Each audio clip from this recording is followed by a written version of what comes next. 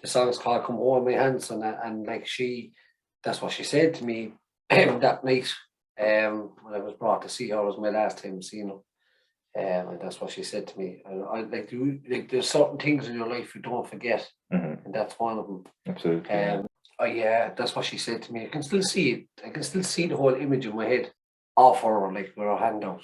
Well, basically, like I asked him, and he said, "Who the fuck?" He says, "Buy a ticket to see you."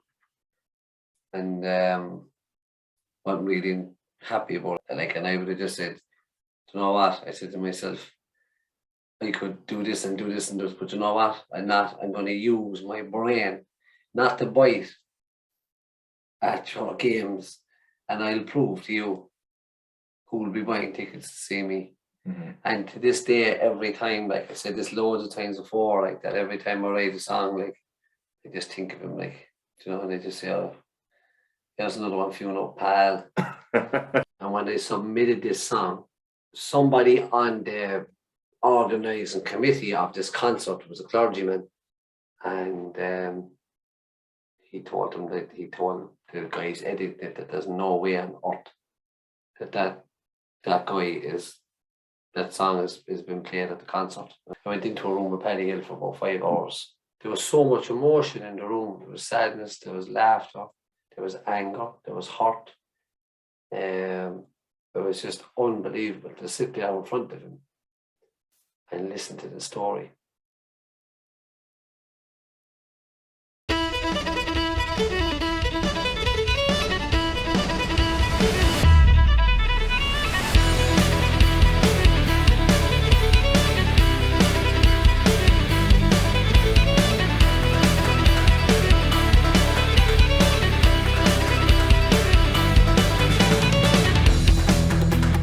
Hi everyone, you're very welcome to this week's episode of Parlay with Padraig Paudcast. If you're watching on YouTube, please like, subscribe and click the notifications bell so you don't miss any future videos and updates. If you're listening in audio only on Spotify or Podbean, please click follow and you'll be notified whenever a new episode goes live. This week I'm delighted to be joined by Cork Singer and Songwriter Myles Gaffney.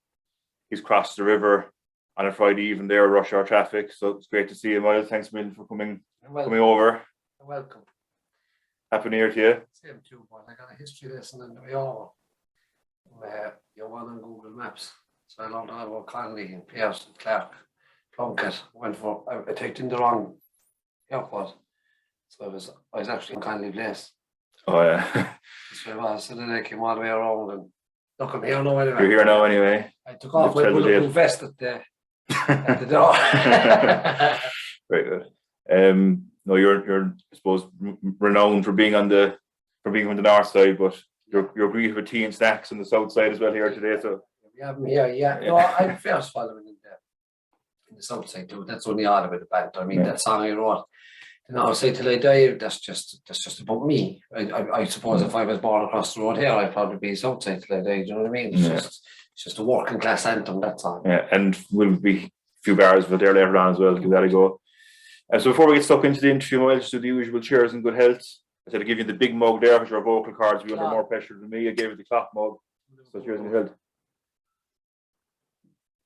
health. Sure. A couple of many more. Good start to the new year already for you, Myles. You signed the deal, signing with new management company. Yeah, I signed with taking Home Ireland management company based out of Ballina, County Mayo. And you know, I can't fault them so far. I mean, we're waiting on a new record, so it's ready Friday the 4th of February. Very good. And look, they're working hard and they're securing gigs and securing interviews. And I just hope now that we can get on the road together and have a good working relationship moving forward. Yeah. It's a nice start to the year as well, just kind of a new start right at the beginning, like, you know. So it was perfect time and all this is just fresh, like, and then COVID ending and you know, back on track then, it's been a tough 2 years, and I suppose as a musician, I suppose you were badly affected by it as well, with not being able to play in gigs and stuff. But there was a client of mine inside in work, and I told him you were coming on the show this evening, and he gave great kudos to you. That he said that doing your live streams on Facebook really helped him through the lockdown period as well. So he really appreciated that. Yeah, like I'm not a fan of the live at all. Mhm. To be honest, I didn't really like doing it. I just rather, I rather interact with people Yeah. in person in the crowds. But look, I'm glad that I got people through a couple of nights when it was dark and dreary for people. But yeah, no, I look forward to getting on the road now and getting the new album out and playing to people. Meeting people face to face. Yeah, I love it all. I love it. Even this, we couldn't have done this time last year, more than likely. Do you know what I mean? Sitting down together in the same room in a different household. So it's great. We'll embrace it, and it's good to have a bit of normality back. Yeah. I first came across you, Myles, on the Two Norries podcast. Right. And I suppose I just want to give them both a shout out because they were good enough to come on my own channel as well a couple of months ago. They're in the Opera House there on the 12th of February. Changing the conversation, special guest Pat Falvey. I'm going to put the link for tickets below so you can book the tickets there. It could be a good Valentine's night, good romantic Valentine's night or so. I've sold it to herself, so if anyone wants an idea for Valentine's night, check out the 2 Norries. Support Timmy and James, support your own, support Cork. That's it. Speaking of supporting your own as well, you put in a great effort in the Battle of the Ballads before Christmas there with your song Where You When You Were 21. Pipped at the post by Claire, but a valiant effort, you raised a lot of money. I did, but what happened was that it was my own fault. I had been guaranteed big lump sums of money, which were there. Mm-hmm. And when the people in question went to lodge the money, I had gone live on YouTube and stuff to generate some votes for Cork. And when I emailed GoFundMe afterwards, they said that the volume of people trying to donate at once caused a blockage. Yeah. So when people went to put in the big amounts of money, which were in the thousands, there was €1,000 donations, and it was another 1,500 donation coming in, and when they went to put them in, they wouldn't take it, and the monies had to be in by 12. Yeah, cut off point So that's what pipped me in the end. But look, it was great to get that amount of money to remember the Cork Republicans and people who fought and died for freedom, and to honour their graves and look after them. And I didn't want it to become kind of a betting game, where Cork were firing money against Clare's money or something. It wasn't about that, and I didn't want it to go that way. Mm-hmm. To some people, it looked like that. Like, come on, I give 50 and then they give 100, and then, But at the end of the day, as I said, it was great to have the money. And great to have it, and thanks to everybody for the support. But it was about the song. It's about the songs from the 6 counties of Munster to remember individuals who paid the ultimate sacrifice for Ireland. That we now can celebrate them and their actions and look after their resting places. Mm-hmm. Yeah, fantastic, yeah. Great stuff.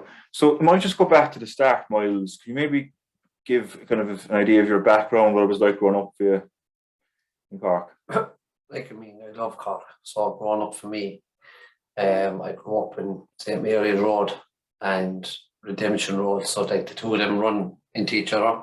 There's a crossroads where Neptune is, Neptune is the North Man. That's where I grew up. My 2 grandparents were neighbours, so one grandmother was here, they could actually see into each other's house. I had a great childhood. My mother died when I was 10, so a bit of a setback, but as I said before in different interviews, couldn't fault my father. I love my father, and he gave us everything that he could. He done everything for us, and we all turned out pretty okay. We had help from family, of course, on my mother's side. Especially, we had a lot of help. But growing up in that area has made me the person who I am, and I get sad sometimes when I see that the generation, the children these days they'll never be like us. I'm trying to rear my own children to be like my wife would be very similar to me. We'd a very similar rearing, and our nature would be very similar. We're trying to breed that into our children, something that I think that has been eroded from communities now. because children are completely distracted with the social media and the competition and the computers and all that. We had none of that. I mean, years ago, you just said, you call a fella, and if he wasn't there, you call later on, sees he back. Like, all these things is gone. Like, we were happy with a ball and a bike. But like, so it makes me sad to see that that's gone and the area has changed and that all the old faces and the characters are gone. And they'll never be replaced, All the characters now down around John Griffin Street, Patrick's Arch, Straw Hall, they're all gone. All St. Mary's Road, Shandon Street. Do you know what I mean? The characters and the faces, they're slowly, and they're not being replaced, is what I'm trying to say. I suppose it's I think our generation was kind of the last where things really changed with technology and stuff, didn't it? Like mobile phones came big in. When I was a teenager, probably we're similar enough age, I would say, and it took a turn. So 1999 was it when the Panasonic, remember the Panasonic with the big aerial on them? Like a brick, Yeah, they came. And that was kind of all right. You could just make a call, and then the text came in, and then once them phones there, them touch screens and all this came in, then I just think it just ruined. It was not ruined, but like it's a very, very different childhood for children these days. They almost become an extension of an arm, and the kind of I'm far from blameless myself in that regard. Hold my hands up, I'm always on the phone and. Well, I tell you now, if I wasn't involved in music, then I wouldn't be on it at all. I wouldn't. If I wanted to know something about Liverpool or book a holiday or buy something online or whatever, I just use the laptop to turn off again. But you see, you have to be on these platforms for followers and updates and but bread and butter stuff like but if I didn't have that, I just wouldn't be on it. Just growing up, I suppose you lost your mum very young. You wrote a beautiful song about the night you passed away. Take my hand, son.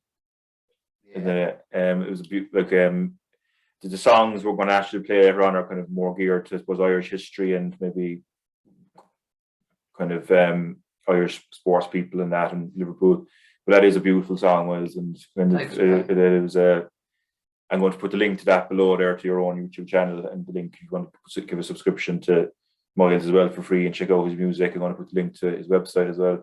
You can tell that really was a key moment in your life, and you really do honour our memory really well, by having our photograph at gigs and stuff. I see. Yeah, well, the story with that is I had a dream. I only ever had two dreams in my whole life. One was a long time ago. I had a dream for some reason. We were in Youghal. Like we never went to Youghal as a family. We'd always go west. Mm-hmm. And I had this dream that I was under the clock tower in Youghal with my mother. And then about 2 years ago, I had a dream again about her. They're the only two I ever had, and they were very surreal. And so what it was that I had been playing in Cypress Avenue, and we were all in the room, back room. The gig was over, and myself and Keane was in the dream, and my wife, and we were all having a drink. And I said, "Oh, I forgot a guitar," so I went back to the stage for it. And when I went back in the dream, she was sitting in the empty room, and like as I went to go, she disappeared in the dream. You see. Mm-hmm. So then I woke up, and it took me a while, a few seconds to realise that wasn't real. So that's what put the thought in my head, and I put my mother on the big screen. I said, well, maybe you should be here. So I put her on the big screen when there's one available. Like, I don't always do it. Mm. If there's a screen there, I'll tell them, put her up on the screen for me when I'm playing, Mm. And look, I'm only here to do a proud and honour her memory. And with that song, like that, the song's called Come Hold My Hands, and like that's what she said to me that night. When I was brought to see her, it was my last time seeing her, and that's what she said to me. And I like there's certain things in your life you don't forget, mm-hmm. and that's one of them. Absolutely. I can't remember much of my childhood, but I remember that.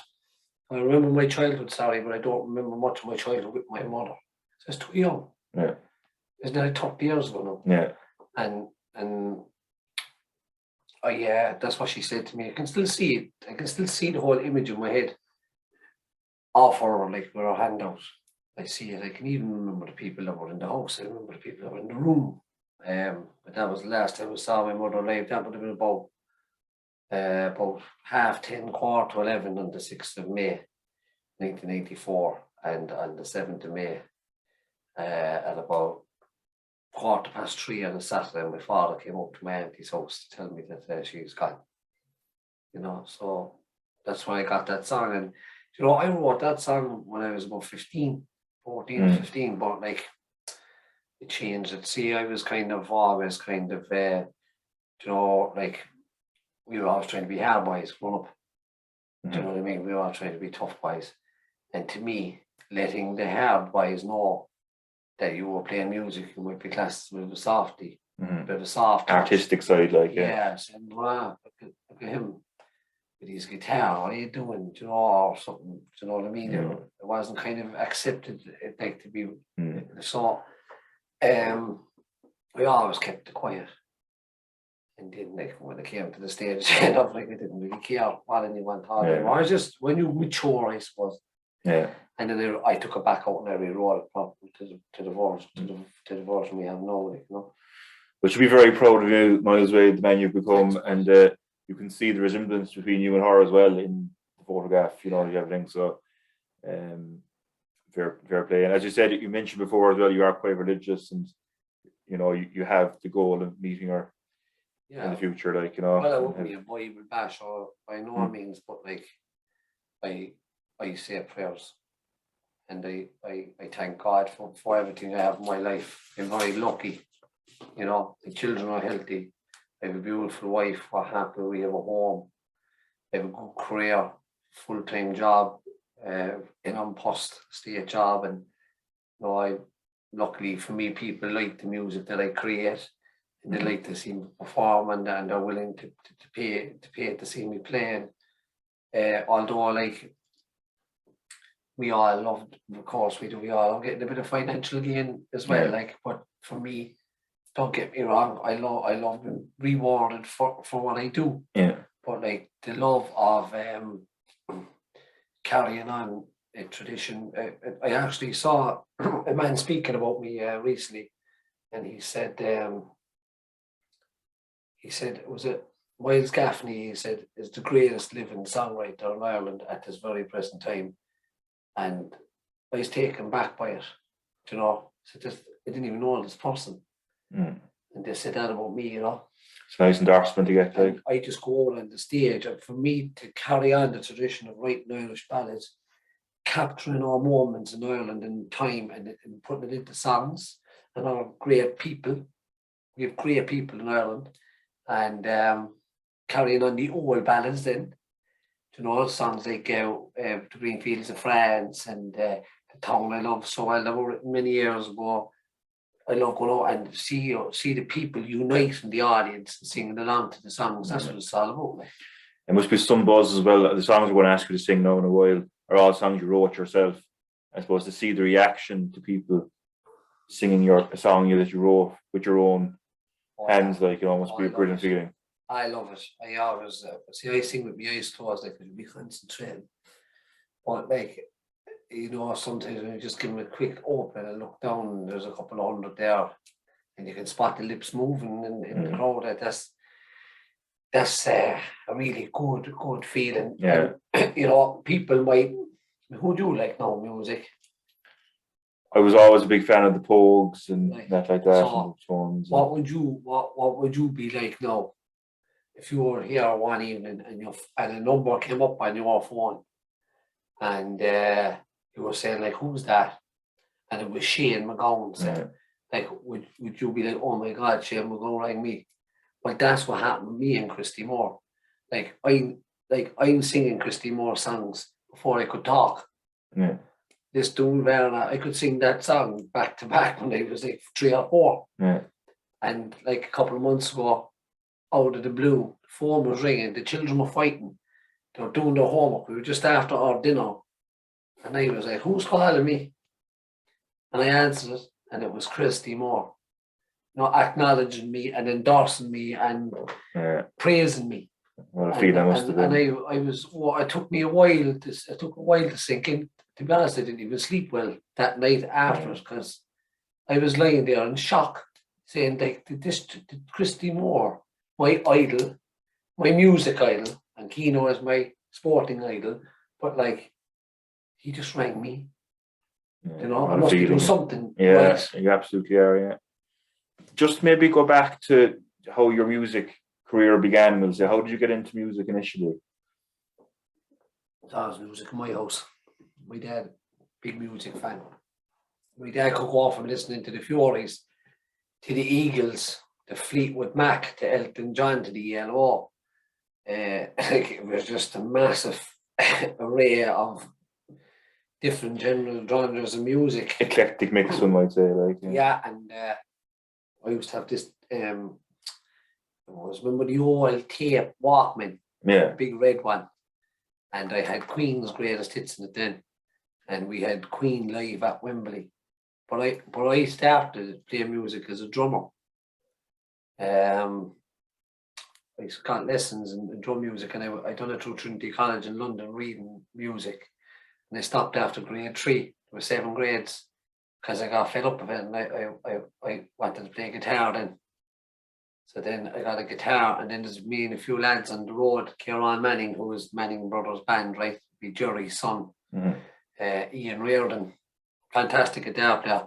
The guitar player, Ian Reardon, that player is left-handed. He's left-handed, but he plays a right-handed guitar upside down. So he plays everything backwards, which to me is impossible. So I still do admire Ian playing a right-handed guitar upside down with his left hand. It's an amazing thing to see.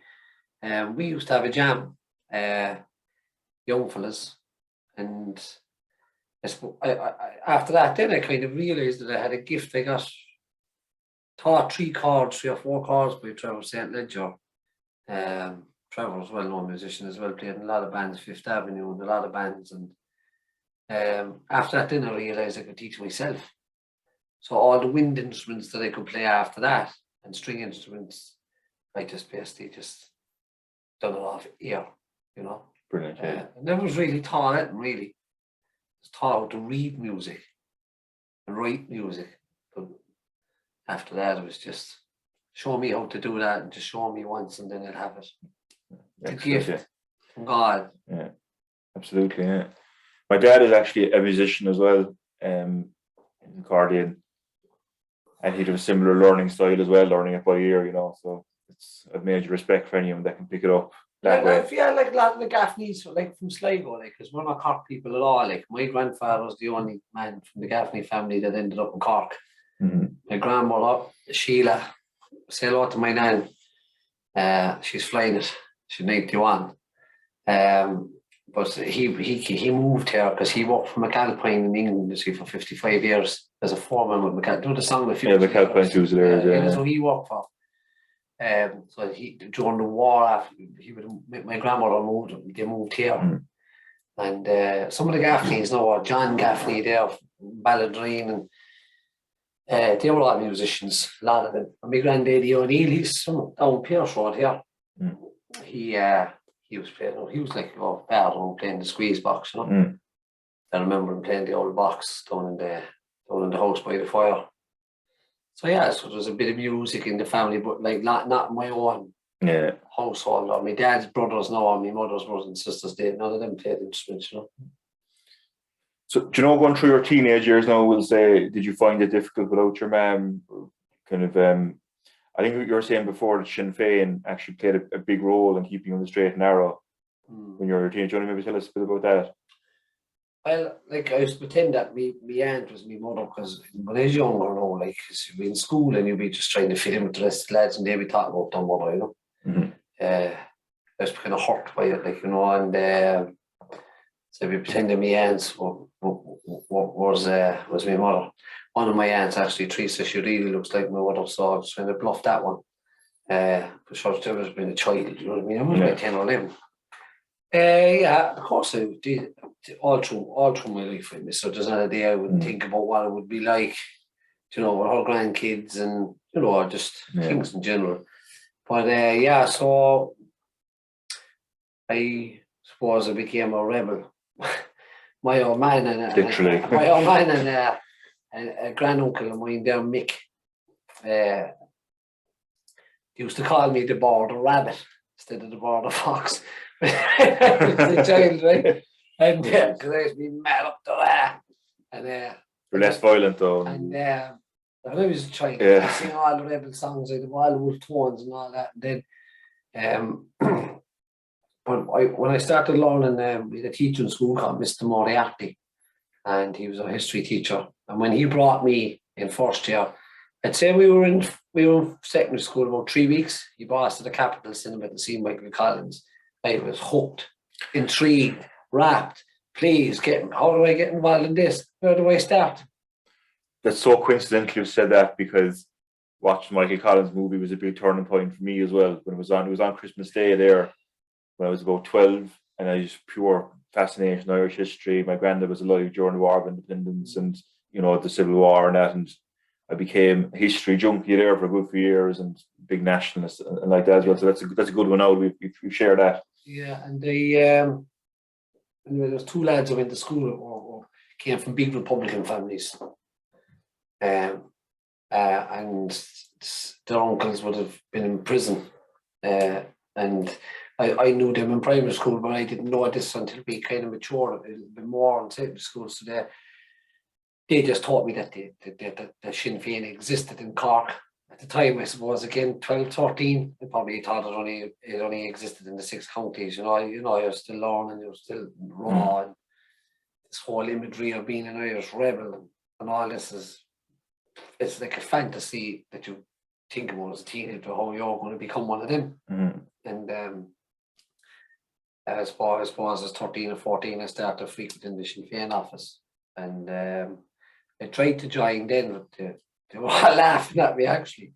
And then like I kind of was there on a weekly basis. Wednesdays and Saturdays was one of my days. Then I gained a bit of trust, and I used to do the shop for them and things like that, sell them Foblucht, and then I suppose when I was about maybe 16, then I was invited to my first Sinn Féin common meeting. Would have been the former Countess Macrovic's common based in the Northside, and so like, to be honest, my whole life I was in association with Sinn Féin. I'm not a member anymore, because when I started playing music, I mean, I'm the type of fella, if you're committed to something, I'm in. Yeah. And I felt that with the music that I couldn't give 100%. But from my association with Sinn Féin, like, I got great satisfaction as well. I learned a lot. I learned how to be loyal. I learned how to be my mind to be strong.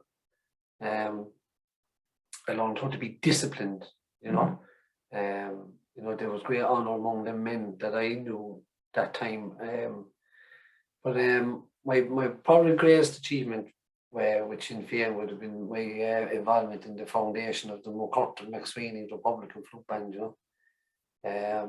With myself and another one or two, we founded that. Dahi Debala now as well would have been, myself and him would have been really good pals, and we still are. But when we founded that band, it was great. We had a lot of children in there. It was all free. We got donations. We bought all the fifes, the drums, the uniforms. That's probably my greatest achievement actually while I was there. And I enjoyed it. And I'm the type of person, I didn't go in there I went in there with a peaceful mind. I had read books about Che Guevara and philosophies of peace, and that like freedom could be won without a struggle, and I believed in peace, and that unification of Ireland can be achieved through peaceful methods and peaceful means. And I hope, and I give them my support and my vote still, and I hope that Sinn Féin someday can get that over the line.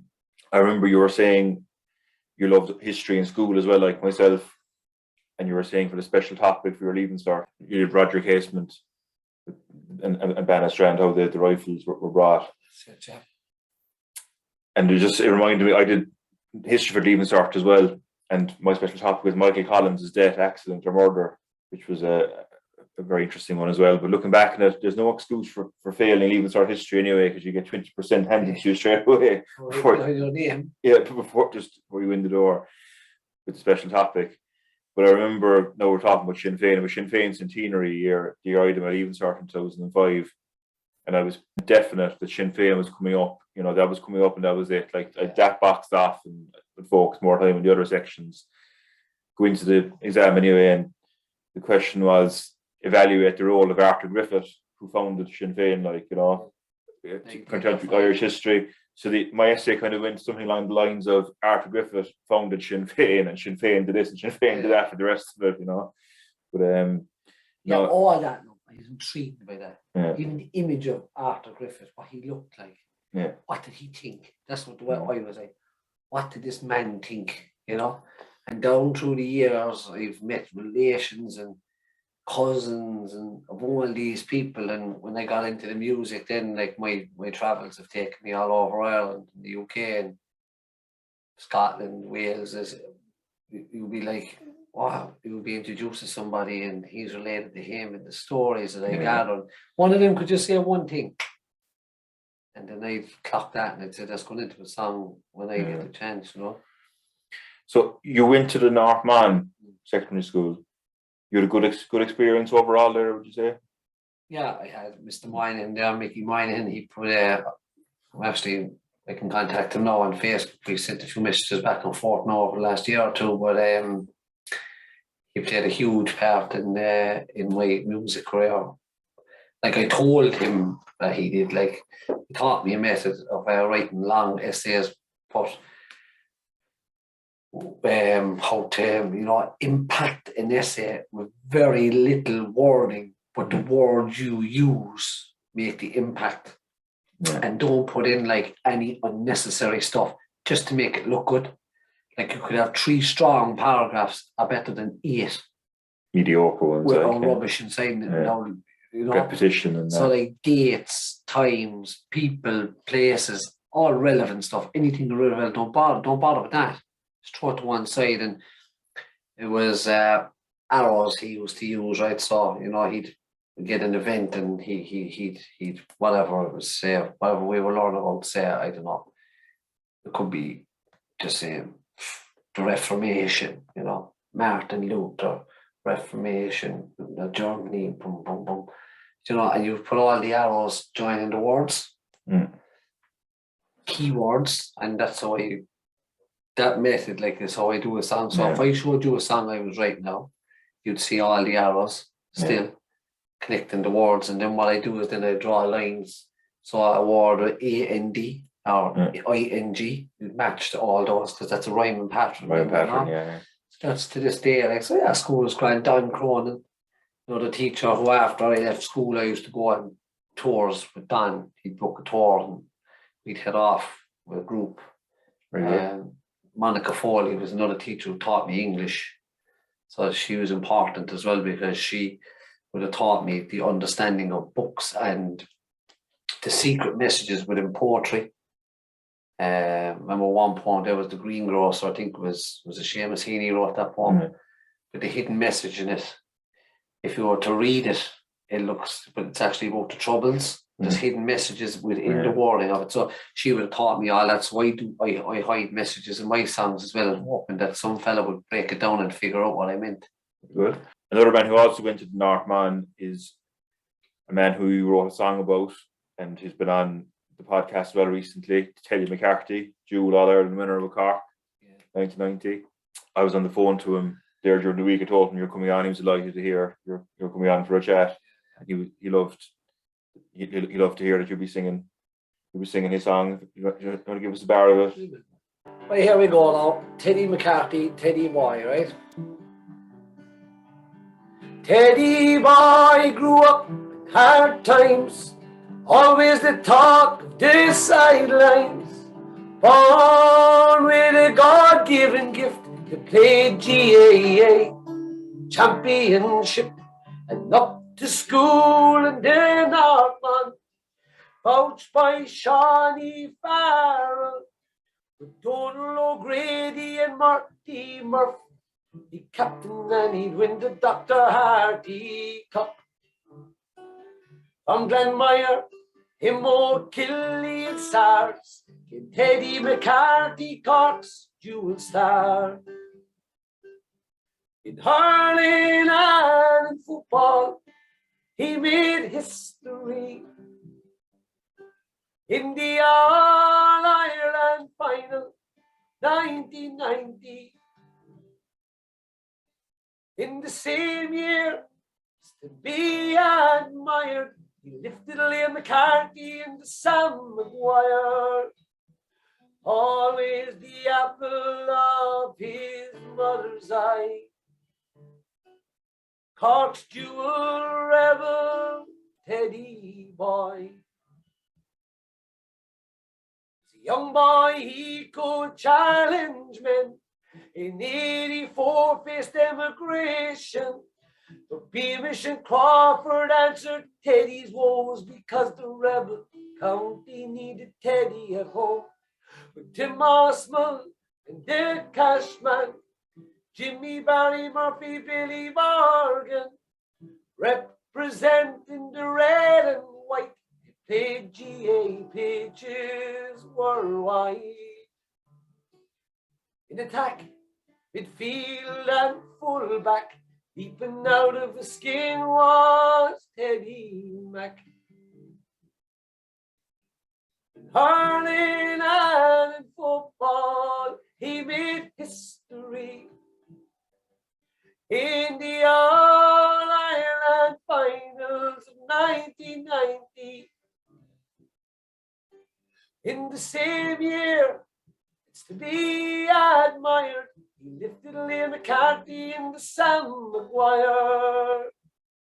Always the apple of his mother's eye. Cork's jewel rebel, Teddy boy. Against Galway, Mayo, Meath and Derry, he was always ready to bury Kerry. On the day he donned the double, he ran down Croke Park's tunnel. Under the Hogan stand, far from the crowd, Jack Lynch whispered Teddy should be so proud. A dual All-Ireland champion, oh, will we ever see the like of Teddy again?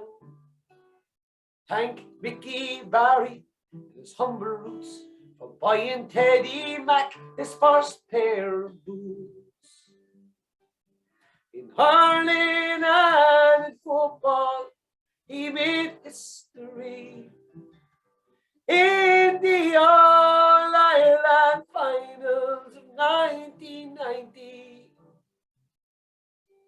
In the same year, is to be admired, he lifted Liam McCarthy into Sam Maguire. Always the apple of mother's eye. Cork's jewel rebel, Teddy boy, Teddy boy, always the apple of his mother's eye. Teddy boy. Miles, fair play, man. No. You're under pressure there with the breathing over the COVID because it's still in my chest. But fair play, our mutual friend Teddy. So I hope you'll enjoy that one, Teddy, and we'll have you back on before long again in the future. One of your inspirations, Miles, for when you're writing songs, there was one individual who wasn't particularly nice to you when you asked, could you support him? Oh yeah. Do you want to tell us about that? Well, basically, like I asked him, and he said, "Who the fuck?" He says, "I'll buy a ticket to see you."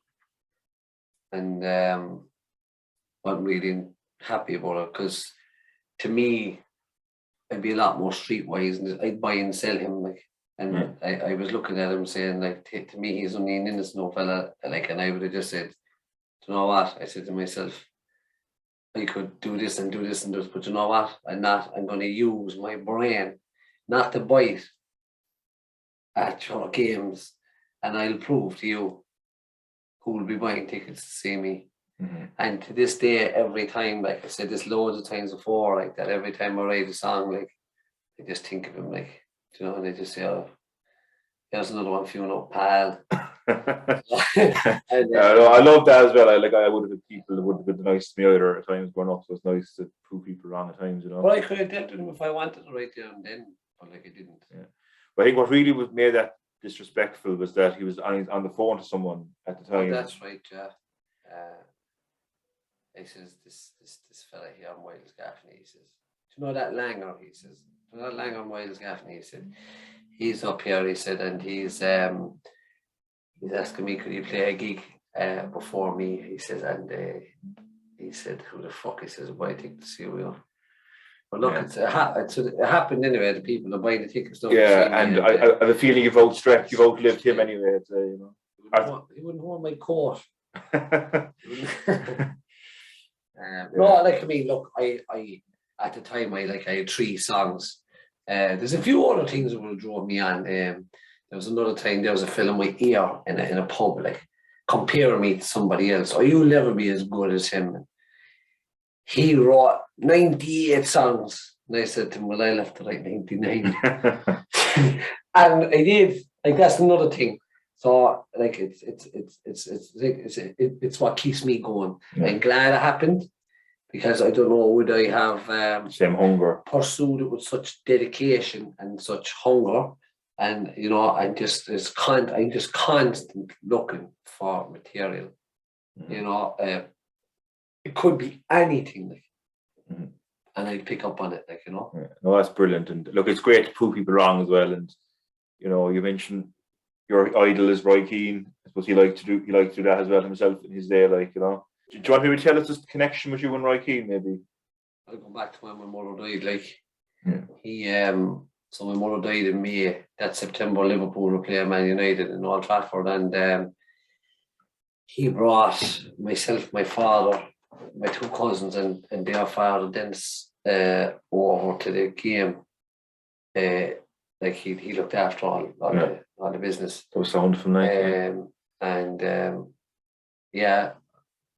you know, like I suppose for a child that time going through what I was going through, like my mother wasn't dead 6 months, and at that time I suppose there was no one going to England as frequent as it is now. Yeah. You know, like you go over and up for €100 a ton, like, but back then it was a big deal. Big treat, like huge. It was like going to Spain or anything like that for a week or two, and so we went over and get the best seats in the house. Like remember meeting Ray and Alan Kennedy now for Liverpool. George Best was there. There was another few old generation players there, and I just thought I was grew up with that thing in my mind. Like it was something that I couldn't forget, and he really had a positive effect on me. And I just said I would write something, and someday I'd give it back to him, and I wrote him the song. So very good. And you got to present the original recording to him, isn't it? I did, yeah. I gave it to him down in Silver Springs there a few years ago, 2 or 3 years ago. Bob Donovan, no Bob, in Cork. Yeah, handsome Bob, is it? Yeah, handsome, yeah. Gas man.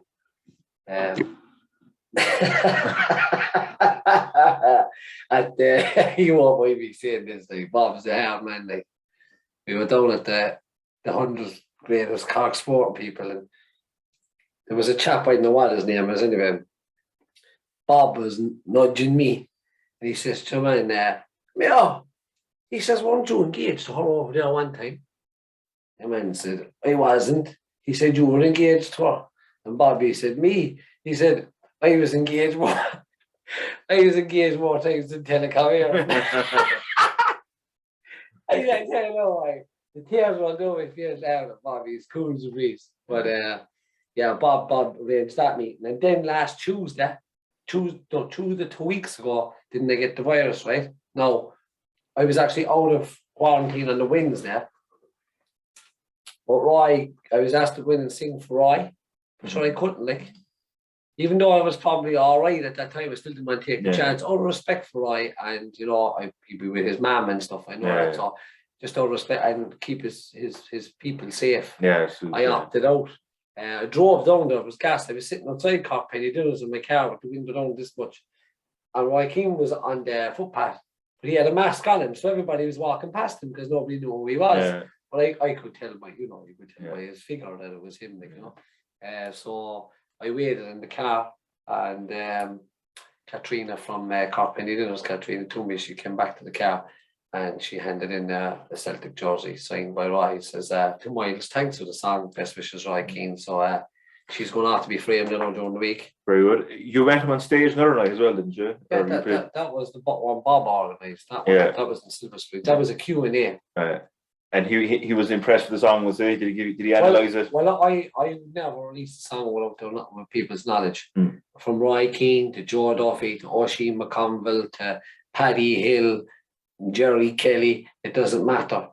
If your name is in the song, then I'm telling you it's in there. And if you're not happy with it, fine, I'll take it out. So it was James Corcoran. Do you remember James E. Corcoran with Rockmount?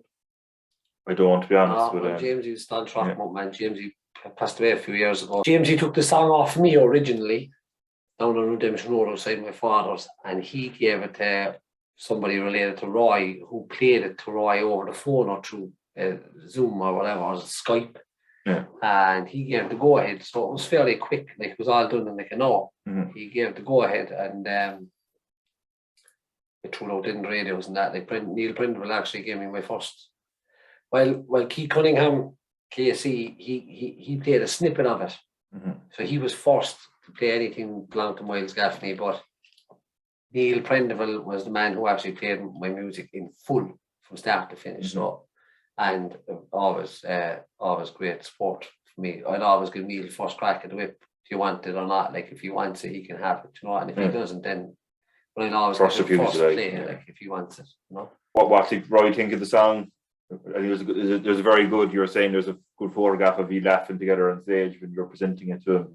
He said, I said, what do you think of the song anyway? I said, it's pretty good. I said, well, it must be fucking brilliant altogether. I said, if you're saying it's pretty good, he's a critic, like. He's high standards, like, Can you remember the score of the match you were at? 2-1. To Kanchelskis and Cantona scored for United, and I think it was Robbie Fowler or else scored, or else it was Ruddock with a header. But I remember Ruddock and Cantona, they were very close to us now on the day. I remember Neil Ruddock done that to him. And when Cantona was running away, he done that to Neil Ruddock. And the line just had each other all game, because he would have been marking him. Yeah. But it must have been a difficult game for you to sit through because you're a Liverpool fan. Like myself, like we discussed. But you know something, though? Look, it was only 10. I suppose I got caught up in the whole Roy Keane thing in the moment, and that. So I actually had a Man United top on because I felt that if I didn't wear the Man United top, that Roy Keane waiting, childish again. But I suppose it's not a safe place to be celebrating a Liverpool goal anyway, so you're probably better going under cover, But so where we were in kind of they were very, very good seats, like, So we weren't even in the main kind of. I think as far as I remember, we weren't definitely in a big huge crowd anyway. But that's a great memory to have. You know that red brick wall? Right behind that wall. Oh, right. No, I actually lived in Manchester, quite near Old Trafford, for a summer, and I remember went down for a pre-season friendly once against Inter Milan, and I was kind of being a big Liverpool fan. It was just a novelty more than anything else, just to be there in Manchester, but it's difficult being undercover, when you're really support Liverpool, so fair dues for keeping it in it. Based on your Liverpool heritage, based on your being a Liverpool fan, you wrote a lovely song about the 96 potential lost their lives at Hillsborough, and it's quite apt that we're actually chatting this evening because the 97th victim, Andrew Devine, was added onto the Hillsborough Memorial today. So he was cast. The injuries he suffered at Hillsborough lasted 33 years nearly, So obviously this song was written by you in 2018, roughly, was it? So it would have been before, obviously, Andrew Devine only passed away a few months ago. So I suppose, look, while it's for 96, we'll dedicate it to the 97 people who lost out Hillsborough. I just want to mention as well, I have a few friends in Liverpool who lost family members at Hillsborough, so we're going to dedicate this song, if you don't mind, to them. I've Pat and Mary, their cousin Henry Burke died at Hillsborough. My friend and previous guest on the Parlay with Padraig podcast, he lost two cousins, Christopher and Kevin Traynor. I have another friend, Rob Alderhead. He lost one of his very good friends, Graham Roberts, at Hillsborough as well that day. So I'd just like to dedicate that song to there. Thanks for the there's another person that I mentioned in the song who's a Liverpool fan, and his name is Brooklyn Calvert, and he was 11 years old, and his life was taken from him in tragic circumstances in Limerick City. And I mentioned Brooklyn in this song, not as one of the 96, obviously, or the 97, but as a fellow fan. And we all know that Liverpool FC is a big family. And I made this version of the song after Brooklyn's death in November, 3rd of November 2019. And I had been headlining Cypress Avenue that Christmas, and I mailed his father, and I told him I was going to dedicate the song to his son, and that I was going to mention him. And if he had an issue with it, then tell me, and I wouldn't do it. But he was more than happy to do it. And that's the little boy you might see when I'm playing on the big screen holding the UEFA Cup, the little child. That's who he is. So that's who this boy is in the second verse, and the song now is going to remain this way. And I'm going to change it back to the old. No, it would completely ruin the rhyming scheme and the rhyming pattern, but. So this song is for the 96, the 97 Liverpool fans and our fellow fan Brooklyn Calvert from Limerick City, and his mother Wayne, or his father Wayne and his mother Sonia.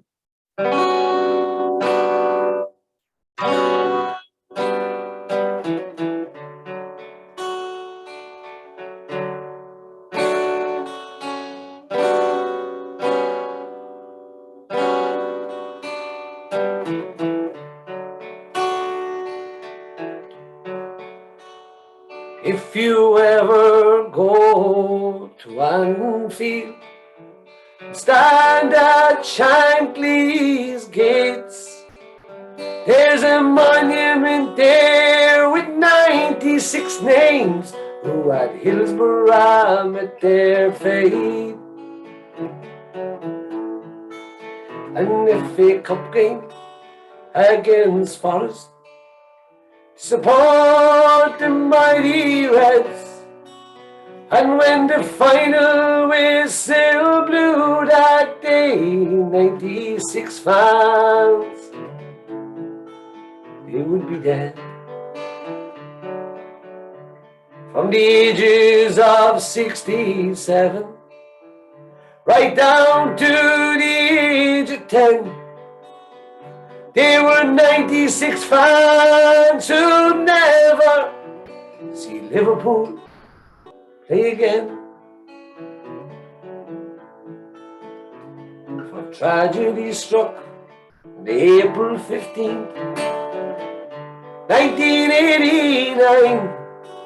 They lost by souls, not goals. It was 96-0 at full time. At match day at Anfield, the ghosts come down from heaven, and Liverpool's first 11, they become 107. For the ghosts of 96, they still haunt that Anfield pitch, and the cop will never forget the 96. There was a boy named Brooklyn Calvert. In Anfield he did stand, and he chanted justice for the 96 were Wayne, his old man. And when the team walked out, and the cheer went up, and he sang, "You'll never walk alone." And when the fans sang that song, 96 fans, they come home on match day at Anfield. The goals come down from heaven, and Liverpool's first 11, they become 107.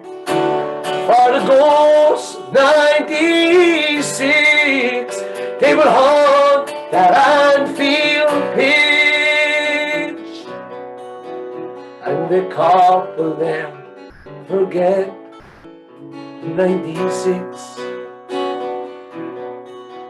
And the Cork will never forget in 96.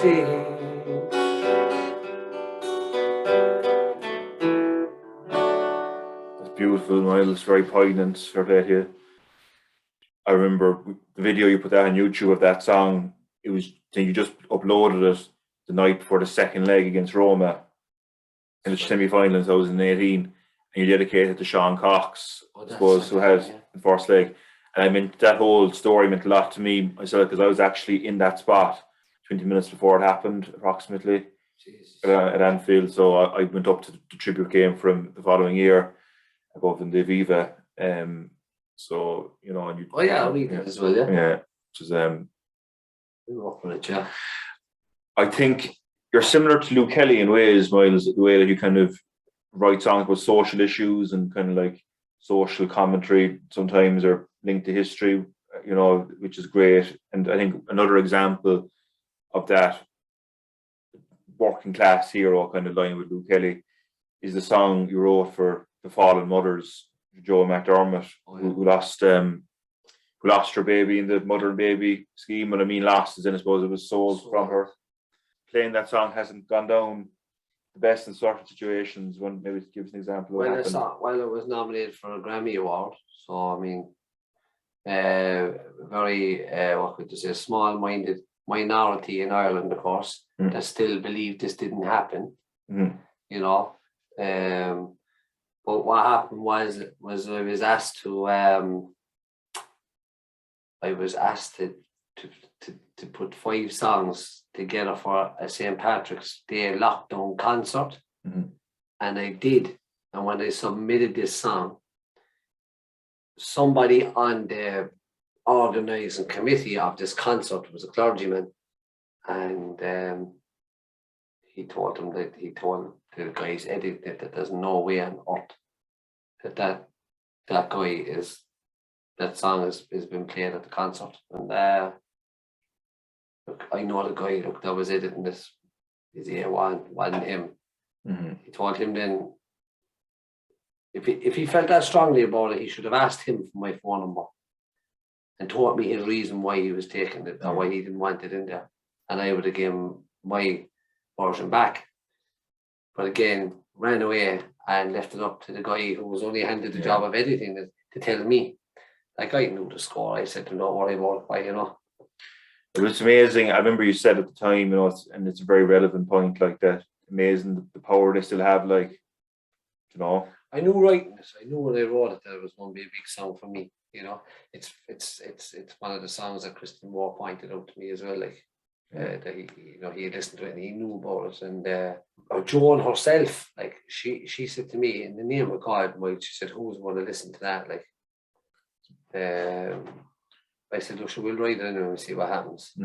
Loads of people sing it. Now there's a song, if you came to see me play in a venue like folk venue, like the pubs are fine. Like, I love going to just you know, we all learn our trade in the bar and the sing song at 12 o'clock, at 12:30 before you go home, and you know, we all learned how to perform live by playing the Fields of Athenry, and some say the devil is dead and all that. Like, but like, you know, if you saw me singing in a bar, like I might get up and sing the Eagles. I could sing Billy Joel. I could play AC/DC, you know. But when you come to see me for what I created, you know, this is one of the songs where you hear all especially the female people in the audience singing along. Yeah. I suppose just to clarify for people who aren't familiar, that in Ireland there were mother and baby homes where women that were unmarried that fell pregnant were put in. Out of wedlock. Yeah. And I suppose they were made to work in the laundry. It was literally slave labour for the Catholic Church. Yeah, really, it was basically the government giving the church too much power. I mean, Ireland was run by the church basically.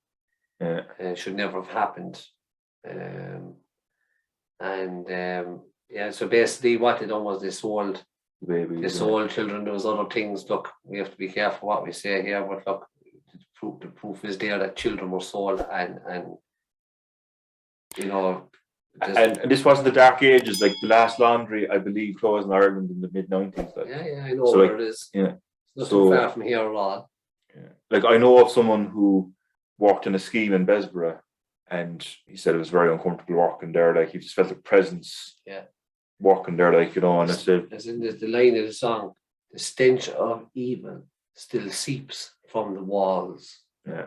Because those walls are the only thing, if they could talk, could tell exactly story. What happened there. I mean, this carry on of trying to sell it, that was another joke. I don't know, look, it's for another day. No, look, I hope, it's a very powerful, poignant song, and you've Kleenex maybe nearby. The song for Fall Mother, especially for Joan, my good friend Joan McDermott. I love Joan to bits. And we get on really well, and we have lengthy phone calls every couple of weeks, and I wish Joan well. And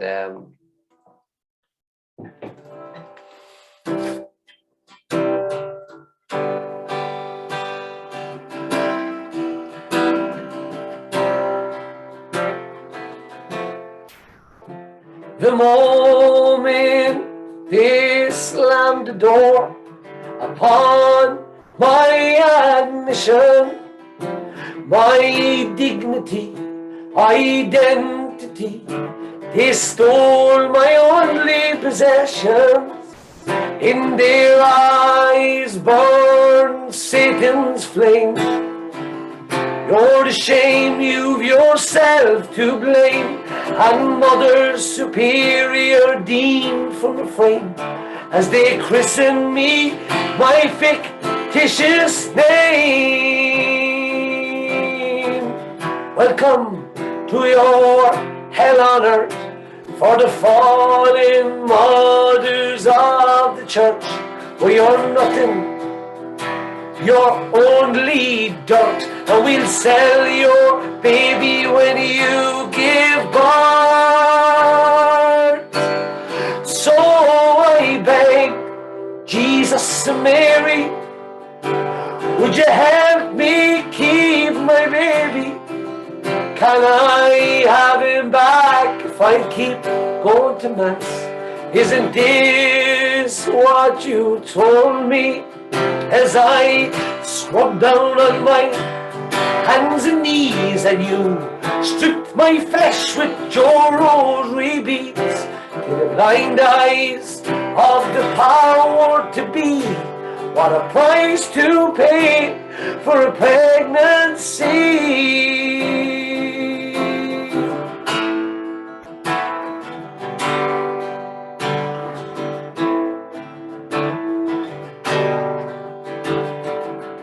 Infants screaming in distress, snatched straight from their mother's breast, the masquerading brides of Christ.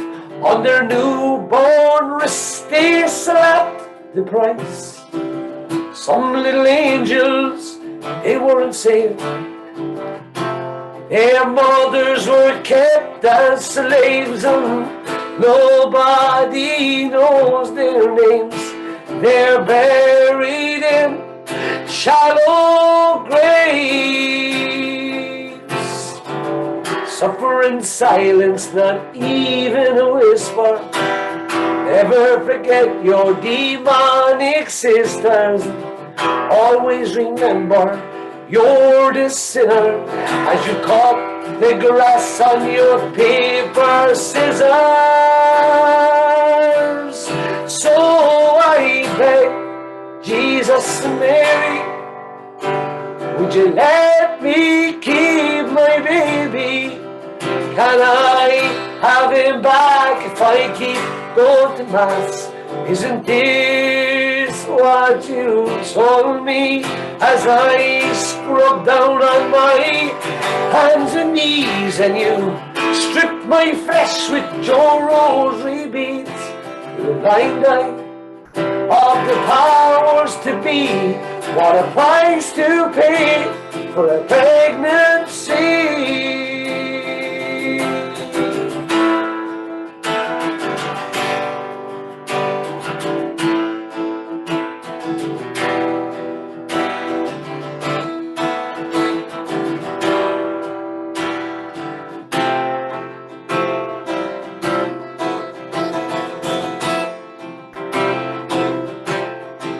Still the stench of evil seeps from the walls. Babies' cries, they haunt the halls. They haunt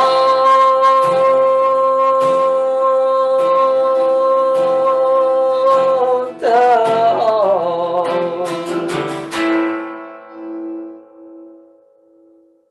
It's powerful, man. Powerful. Cheers, bud. It's just amazing how scumbags like that got away with it for so long, isn't it? Yeah, it is. It's beggars belief, really. You know. Can I just ask? You mentioned in divorce there about cutting the grass with paper scissors. Did that? Yeah. Could you elaborate? Like, did that actually happen? Did they make them do that? Yeah, they better do that, yeah. Then you know, while she be on her knees and cutting the grass with the scissors, you know, the road, the beads with the big heavy metal cross on it. Yeah. If the women and Joan, like if they weren't working fast enough or whatever, then they give them a couple of flakes of that. Like, so that means you strip my flesh with your rosary breed. They weren't designed for that anyway. They give them a couple of lashes. But I think a lot of these women that were in charge of these institutions were forced in there, so they were unhappy.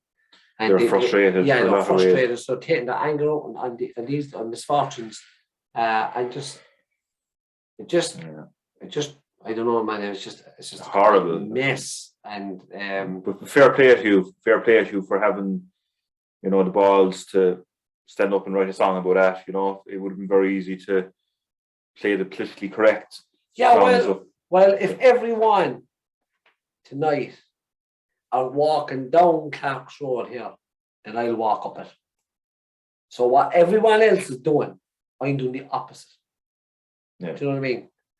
Like, so, like, when I started out in the music, I thought, as we say, what's he doing? Beyond sneaking into each other's gigs, see what songs are playing and all that. Yeah. Your own man, like. Good luck.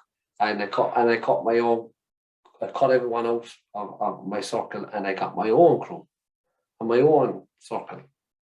And I still have it. Because as again, go back to my early days where I learned loyalty and honour. And don't mistreat people, treat fellas right, pay a fella when he's due to be paid, pay our musicians proper wages. You know what I mean? Be straight up with a fella and say, come here, can you do better there for me? No, they're not be sneaky. And I witnessed things there where fellas inside fellas going, oh, bud, how's it going, bud? And then, like, when your man has gone here on your langer, you're like, yeah, I don't want to be involved in that stuff. Like, I'm not saying everyone is like it, but like, from what I saw, I said, no. I said it in the Norris interview as well. I remember, like, where I used to go to these kind of gatherings, and I felt like that I was a castaway, that I was this fella of, you know, like, nobody really made an effort to mix with me. Yeah. But I said, you know what? You stay there now, and let me do my business, and I'll rise above the whole lot. And I'm rising all the time. Fair play to you, man. Keeping in tune, I suppose, or keeping in line with people who suffered brutality and who suffered injustice. There's a man who you got in contact with and you brought over to Cork, Paddy Joe Hill from the Birmingham Six. Yeah, Paddy, yeah. Could you maybe tell us about him, with your experience with him? Yeah, it was Christy Moore and a man named Pat Ryan. They arranged a meeting for me because they were presenting Paddy with a painting. Pat showed me the painting, and I saw it on Pat's page, and that's how it came about. So when they went over, they said, look, this fella from Cork, good songwriter, he wants to meet you. Paddy said, come over. So I went over to the Miscarriage of Justice organisation in Glasgow. And I went into a room with Paddy Hill for about 5 hours.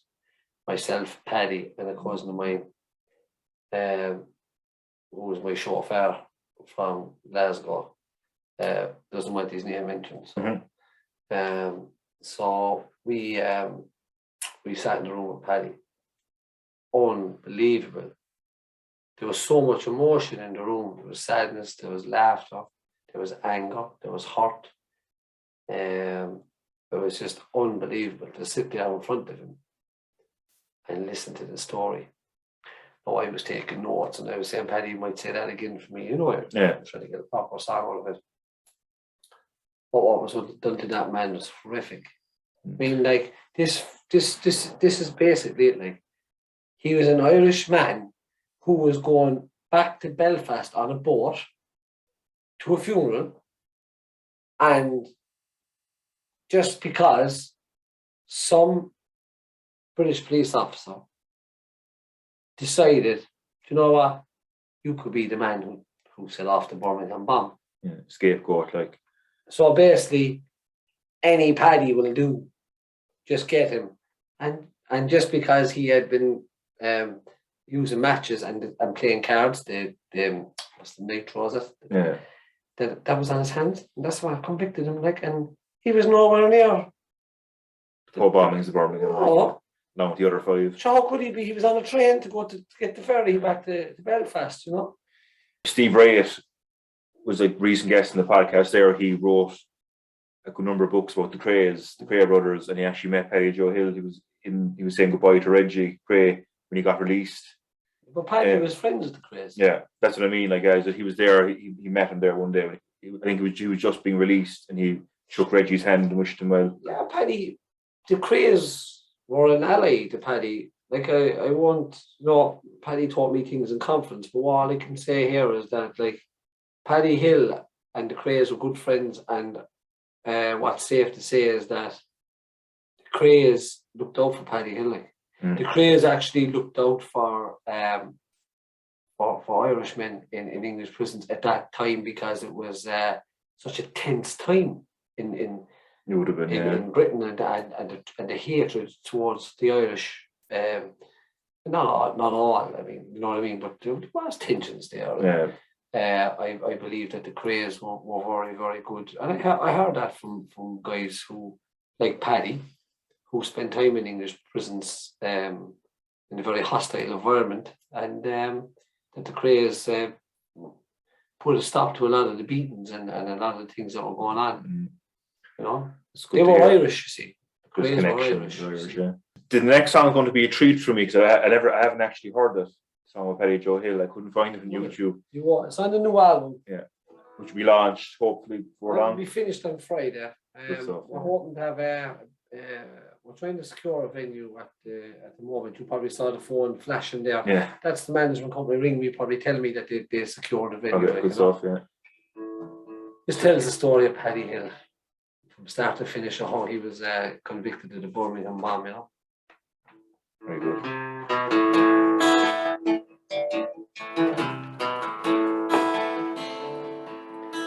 November 21st, 1974, a bomb in a pub in Birmingham did explode. Paddy Joe Hill was an Irishman on a train playing down, catching the boat home to Belfast to attend the funeral.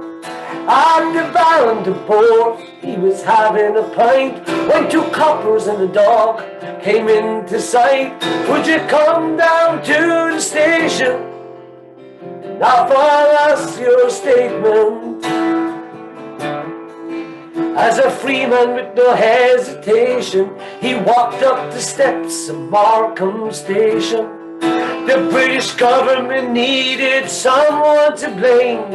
An Irishman has to be framed. and dear friend Paddy Joe Hill, dear friend Paddy Joe Hill.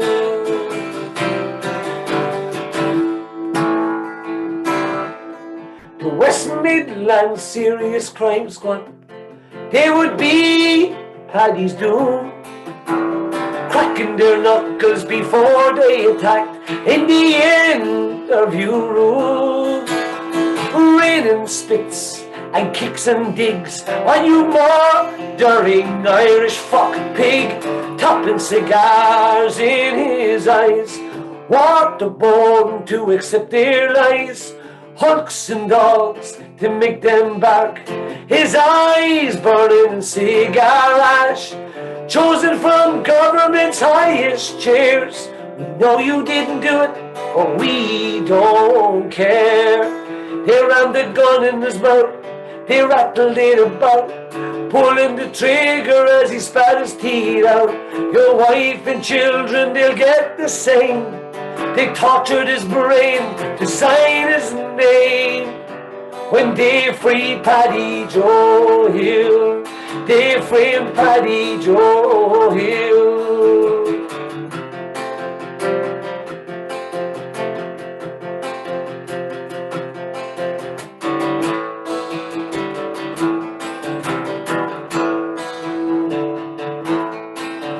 21 life sentences for something he didn't do. Battered and bruised by lies and the screws. Fought to nail, declare his name by the power of a pen. In a prison cell. After 16 years in an English prison, he walked out a free man, cleared of all the charges of the bombings in Birmingham. In 91, the real battle begun, live a normal life, be a family man, his scars procured by his children. When they free Paddy Joe Hill, they free Paddy Joe Hill, they free Paddy Joe Hill, they free Paddy Joe Hill.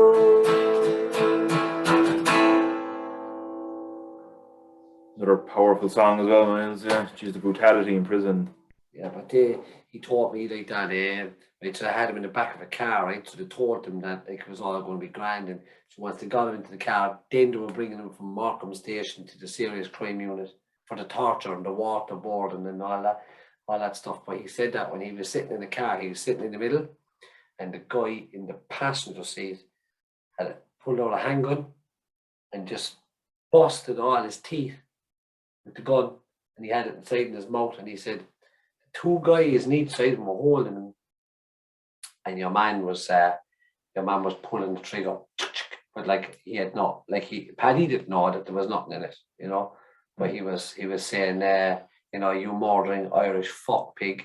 And that's the very words that Paddy said to me that I put into the song because I wrote them down, and that's where that line is, rammed the gun in his mouth. Because Paddy said he was rattling about, that's Paddy's words. Like. Yeah, shocking. And they were pulling the trigger saying, come on, Paddy. Well, I won't call him Paddy because Paddy was his name. They're calling him Paddy as an insult. Derogatory term, like, yeah. And you know, and what happened after that then when he got into the station, like in the serious crime unit, like, I mean, the torture that fella put up with. That's shocking, unbelievable. He spent months in the infirmary in the prison as well, because the prison wardens used to open the cell and make him run a gauntlet. So like they'd leave out all the prisoners and start shouting like, "Yeah, lads, this is the guy that, you know, bombs people and stuff like that." And and he was beaten so bad, like he was nearly beaten to death. I think I read before as well that they didn't allow some of the Birmingham Six with the lights on in the even time, so that you could light on your cell, you could be reading or whatever, that they weren't allowed to light on. The list is endless. Like, I mean, months upon months, solitary confinement, like torture, straight jackets, all this kind of stuff. You know?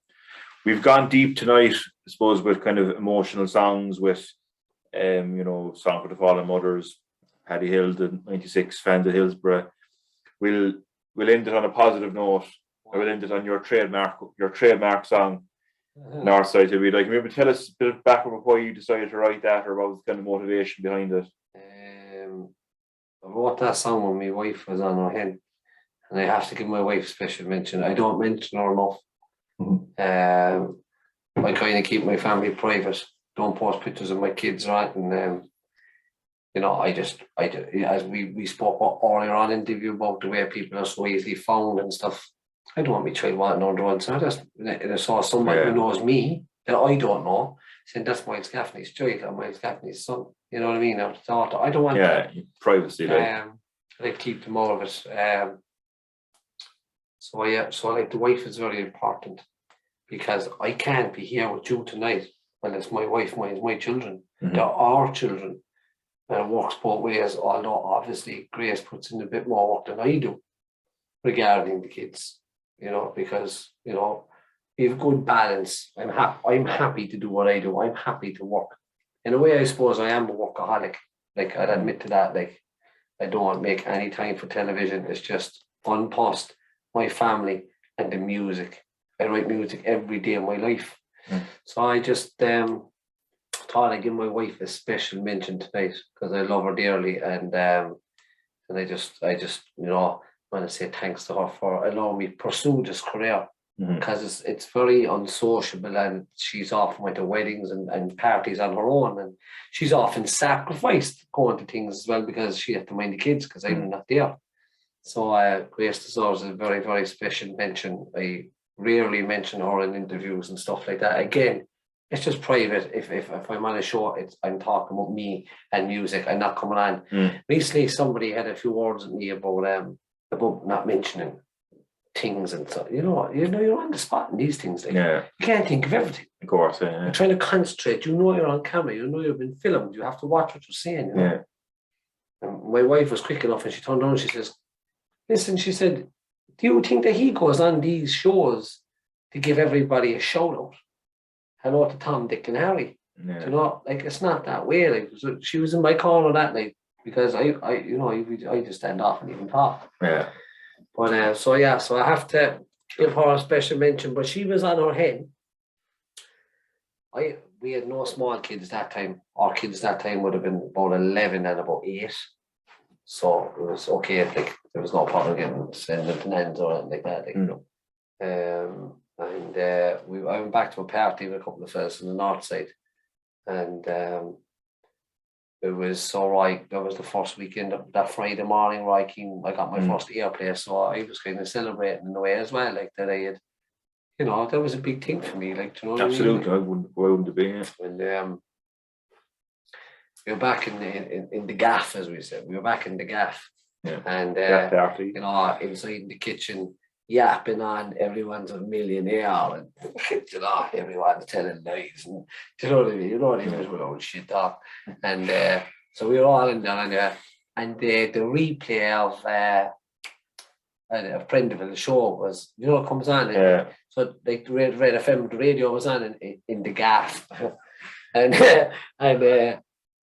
so someone said, "Myles on the radio there," so I turned it up. And a fella called Alan Kelleher, he says to me, "You know what you should do now, Myles? Write a song about the Northside." They said, "You know what, no, we'll actually start it right now." And so, geez, we put away a rake of drink that night, and I woke up the next morning with Northside to lay down in the back pocket of my jeans. And could you maybe tell us tonight about the Greyhound track, where you got a bit of stick from a fella you used to work for being from the Northside, or he was disrespectful to you about being there? I think it's a great story. Oh yeah. So I used to work for a very big construction company earlier on. In a past life. I would have been very, very young. Like, I mean, sort of my time as I'm a carpenter by trade. Like, so this guy anyway was an engineer / foreman type fella. And we were inside in what would have been the old Mulligans. We were in Flaherty's in here. And it was Christmas time, and he walked past me and he was heading to the toilet, and he said into my ear, he says, "You're not," and he says, "but an outside knacker." And there was a few kind of fellas from management heard it. One fella in particular, actually, who I'm still in contact with. He's moved up north now, but I Facebook him there or whatever. Stepped in, and that was fine. Like, so like years went by, and there's two friends of mine came back from America. They're twins, Stephen and Kenneth Milner. So they came back from America, and there was a big session organised to go out. So about 40, I'm not joking, there's at least 40 heads from the north side, especially in from in around the Knocknaheeny and Granabrotter areas, Churchfield. So we were going to the dog track, and lo and behold, who's out there? Only our man. I said, "Oh yes, revenge." So he went. I watched him went into the toilet, and I followed him in.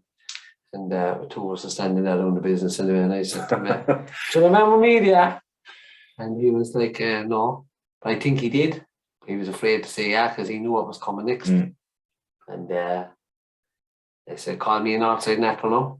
I said, "Don't you do no." I said, "Pat, did you wash your hands there?" I said, "And follow me out here." I said, "And I'll buy you a drink."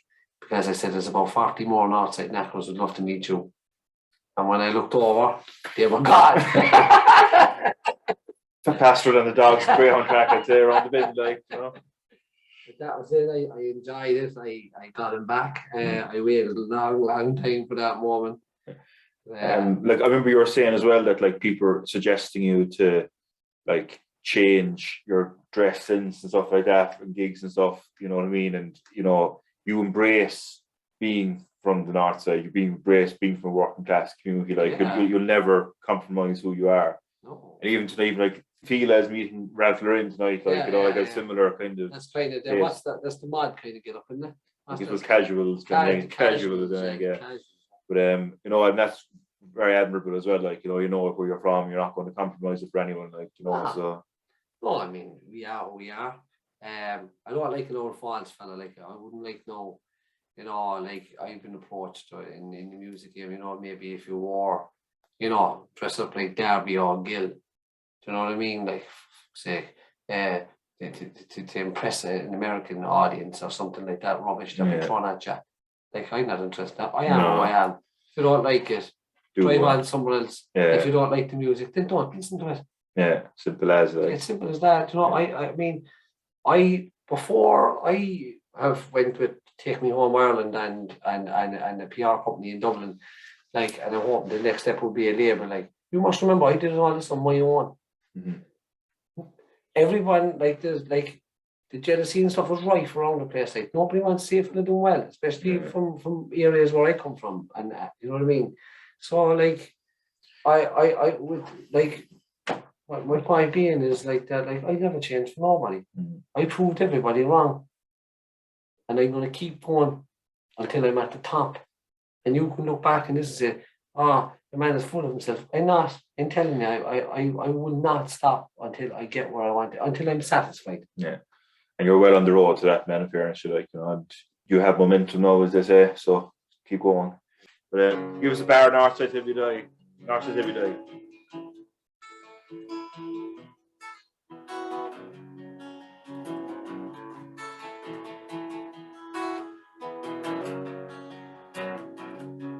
Oh, I'm Northside till I die. The Northside till I die. Sure I am, I know I am. Northside till I die. Oh, the Northside till I die. The Northside till I die.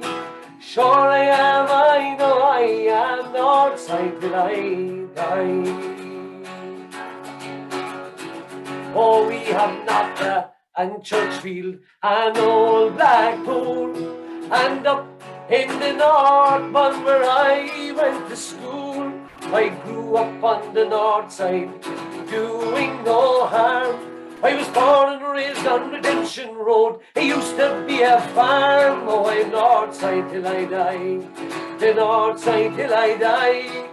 Sure I am, I know I I am Northside till I die.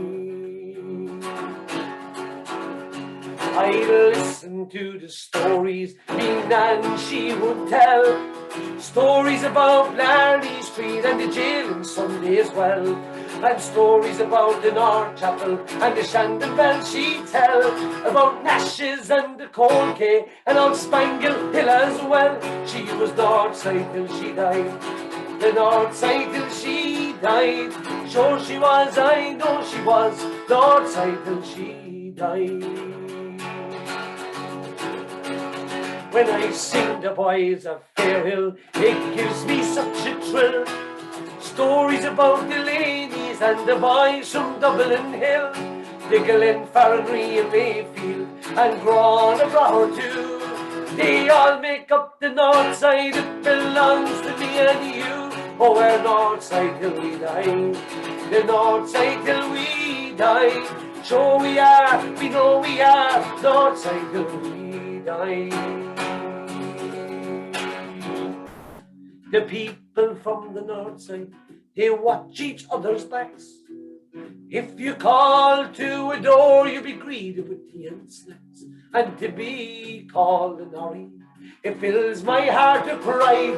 And no matter where I roam, my home is the North Side. Oh, I'm North Side till I die, the North Side till I die. Sure I am, I know I am North Side till I die.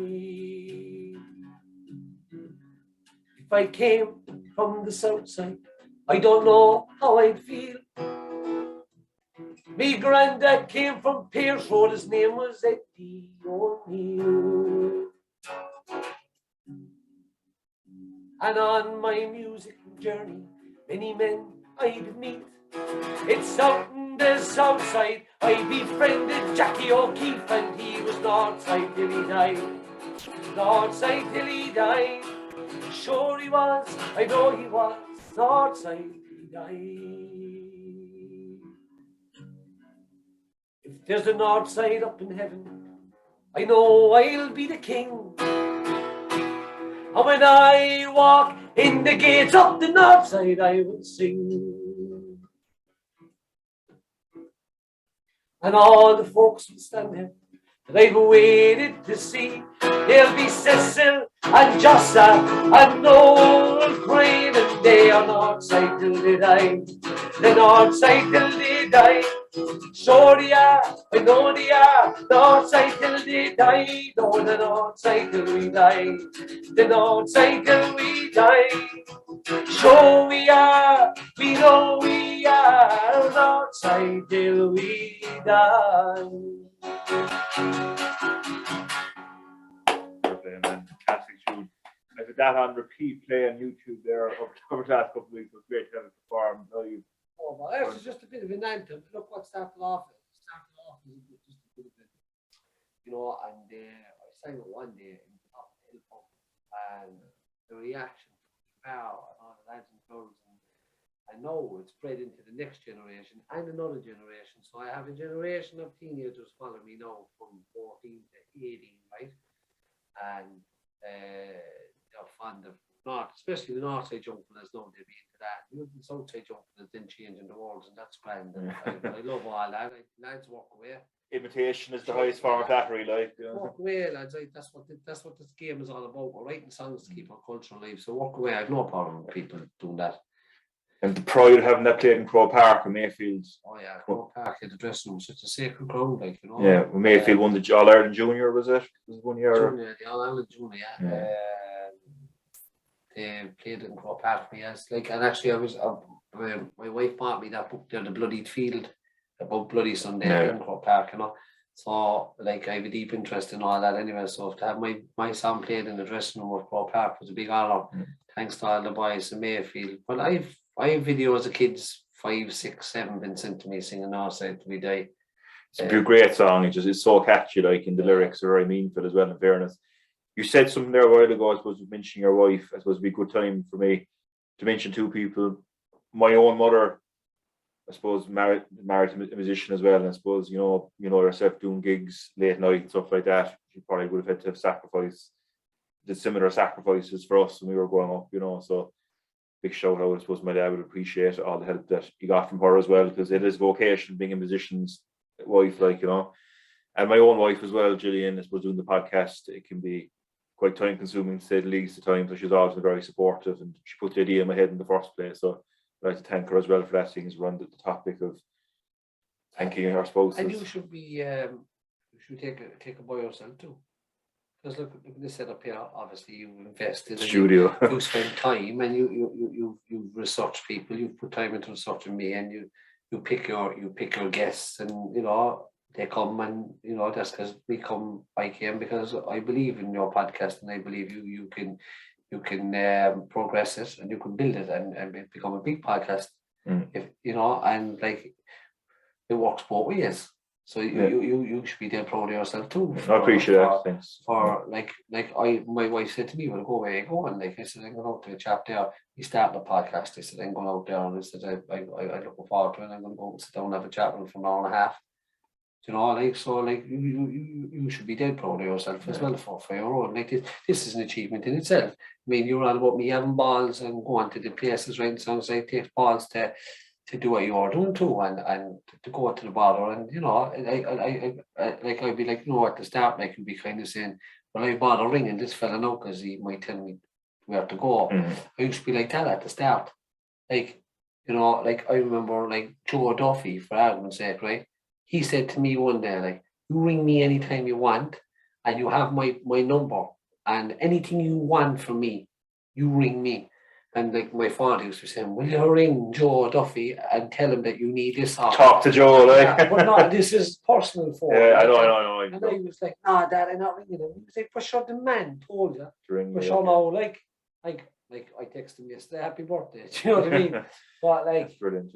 you'll be kind of thinking to yourself, "Geez, these fellas might take me up wrong here," but actually, it's not. It's actually most of them are delighted to have me.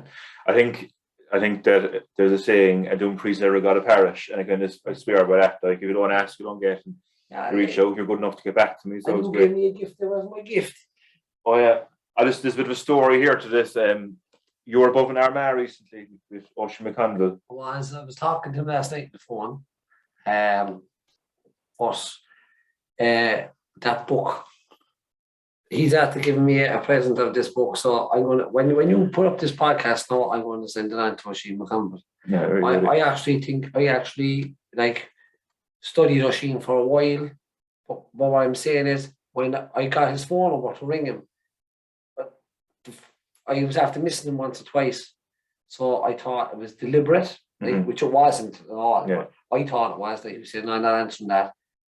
But when I did get through to him, I said, "Oisin, I'm sorry to be a pest," but he said, "You're actually not being a pest at all." He said, "Geez, I'm delighted to have." So you know what I mean. So I just explained, I suppose, you know, literally I got the book and there was a delay with it coming. And I sent them an email and I said, "Look, I haven't got it." It was like a week or 10 days after I was meant to have got it, or even more, over Christmas.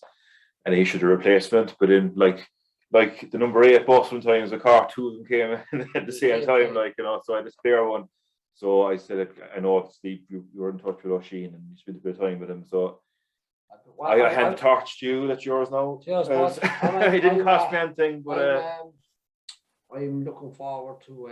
I'll be going back up to Oisin now shortly, and I want to bring this with me. Actually, one of the most accommodating guys I've worked with. Actually, very accommodating. Like I could when I was writing the song based on Oisin's story.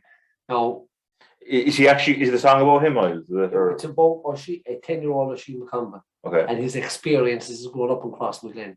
I could have went away and wrote a song like the Paddy Hill song or the Roy Keane, A History of a Fella's Life. I'd write that song in 10 minutes. Do you know what I mean? But I wanted to take a different approach to that.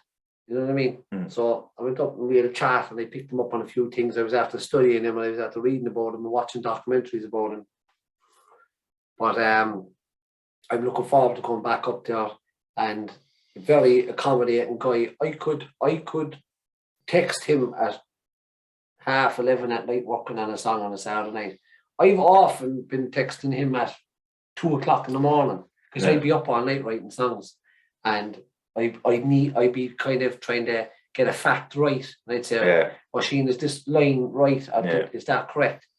And he'd reply, you know. I'd always, like, even with James and Timmy there, I'd always have great respect for someone who came through addiction or is open and honest about it and beat it, and isn't kind of ashamed to tell their story and inspire other people not to go down the road or be a sounding board. And I'm looking forward to hearing that song and hopefully meeting Oisín at some point in the future as well. It'd be nice to meet him. But when your launch comes, when you get more details of your launch, Myles, let us know and we'll share it up. And it's coming soon. I mean, look, these songs, I've been sitting on them for 2 years now. I added 3 more that I wrote during lockdown. So like, it's ready. It'll be ready Sunday. I was listening to I have 11 tracks on the phone there, so I was listening to them all day. I listened to each track about 10 times because I need to pinpoint the faults and it'll be sent away on next Friday night to be mastered in Limerick, and I have the front cover is designed. I just need something for the back of it. That's what I'm working on the moment by an artist because I want to draw on. And then the inside of it, I have another idea for that. So, and like, you were on about the songwriting there before we finish up, is that, like, do you ever hear of a girl called Rachel Keogh from Dublin? Well, Rachel, Dying to Survive is the name of the book, isn't it? She was a chronic heroin addict, and she's put all that behind now. She's a great bit of stuff. She rang me the other day about an event that's happening in Dublin in June or early July, and asked me would I attend it, right? But she said to me, geez, Mike, she said, listening to her song, she said, it's healing my soul. Because you see, I don't write fiction. I don't make it up. Fact. It's real. So every song is about somebody who's either alive and the remembrance, right? Tonight, now I changed Northside till I die and I put in Noel Crane into it, right? I grew up with Noel Crane, right? His father, old Noel Crane, I won't call him old because he's cranky, but like senior, Noel Crane senior, like would often say it to me about mentioning Noel and that Finney Keaton and all the Keaton family, Jason O'Connor. There's a lot of people mentioning my songs like when their families hear that, like, it means that to them. Of course it does. And I just want to give them comfort and immortalise their sons and their daughters and their mums and their dads. Lisa Marie, that's the new song on the new album. I love the song myself. Lisa Marie was real. Dan Harrington is real. Ciara O'Gorman is real. Them songs are about those people. Joan McDermott.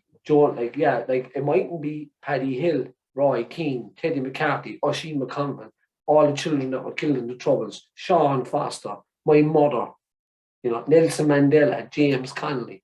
They're all real. They're all real. My father, my mother, them songs, my songs are real.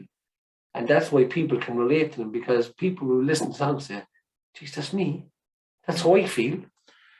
I think about you as well, like, you really are a man of the people. Like I said, you're a postman on the north side of Cork City, isn't it? So, like, the man who's writing these songs, you're delivering the letters, knocking on people's doors, having a chat with people. It's just, it's a great, I don't know, like, you kind of get the impression of someone who's as big as you are in music. It's hard to reconcile that you have a day job as well and kind of working with the community. You have to have the day job. I've done this thing for 5 years, 4 years, like. Yeah, and it pays the bills, but it just goes to show down to earth you are, like, the airs and graces. That's the job you do, like, I'm working class, like I'll never change. As I say, I done this music thing, but to see what happens is it's either a feast or a famine, right? When you're solely relying on music. So, like, I played in Glasnevin Cemetery, right, on a Sunday morning. There's thousands of people at it, right? It was an RT event, right? It was Joe's doing. Joe organised this, and he asked me to be there. And there was thousands there. The whole Glasnevin Cemetery was full of people, and it was for the remembrance in 1916. And I got into a car. My dad was driving it, and drove me back to Cork to play. Ended up playing in a pub on Easter Sunday to 100 people. Because I had to. Because I had to make a living. Yeah. So one night you're getting your wage packet is this size, and the next night your wage packet is that size, and the following week there's nothing. It's up and down, like. So like it's all balancing, and then the health side of it, eating pizzas and chips and burgers at 3 and 4 o'clock in the morning, cans of Coke and everything. Going into bed, then drinking pints, and then you don't want to drink it, it's given to you for nothing, and then you're saying, go on, so I drink it. And I was in a lock-in in a pub, and that's the night I decided I was actually taken away by ambulance twice from gigs, collapsed with fatigue, and I ended up over the Mussy one night. Just collapsed, boom, in the middle of the Willie McBride, hopped off the ground, and I was in a lock-in, and I just said to myself, I was looking at all the drink on the table, and I was like, looking at the clock, saying it was Sunday night come Monday morning, saying there's people up home getting ready to go to bed, and I'm down here sculling pints that I don't even want. And I went home and I said to Grace next morning, I'm going back to work. So I went back working as a carpenter for about 7 weeks, and then I was offered a job in Unpost, and I grabbed it with both hands. You must find it hard to go about your own, people wanting to stop for a chat to you. It adds about an hour and a half onto my day every day. I'd imagine it does, yeah. Sing a song. Here, postman, what's the story? How's Big Joe Joyce? You know. Another man you wrote a song about. Yeah, you know, like I mean, you know, yesterday now again I see because the picture of the jersey from Keane went up online, so now people ask me, can I get them one? No, I can't get you one. No, what would you say? Yeah. Like I can't get these things. Like there's a few lads very contactable. Like Joe, Big Joe is very contactable. Like people ask me to get birthday wishes off Joe, and you know, and Joe will send them to her. Get well, kids and young fellas. Yeah. Joe's sound, Joe Ward's sound, the boxer, get anything I want off him.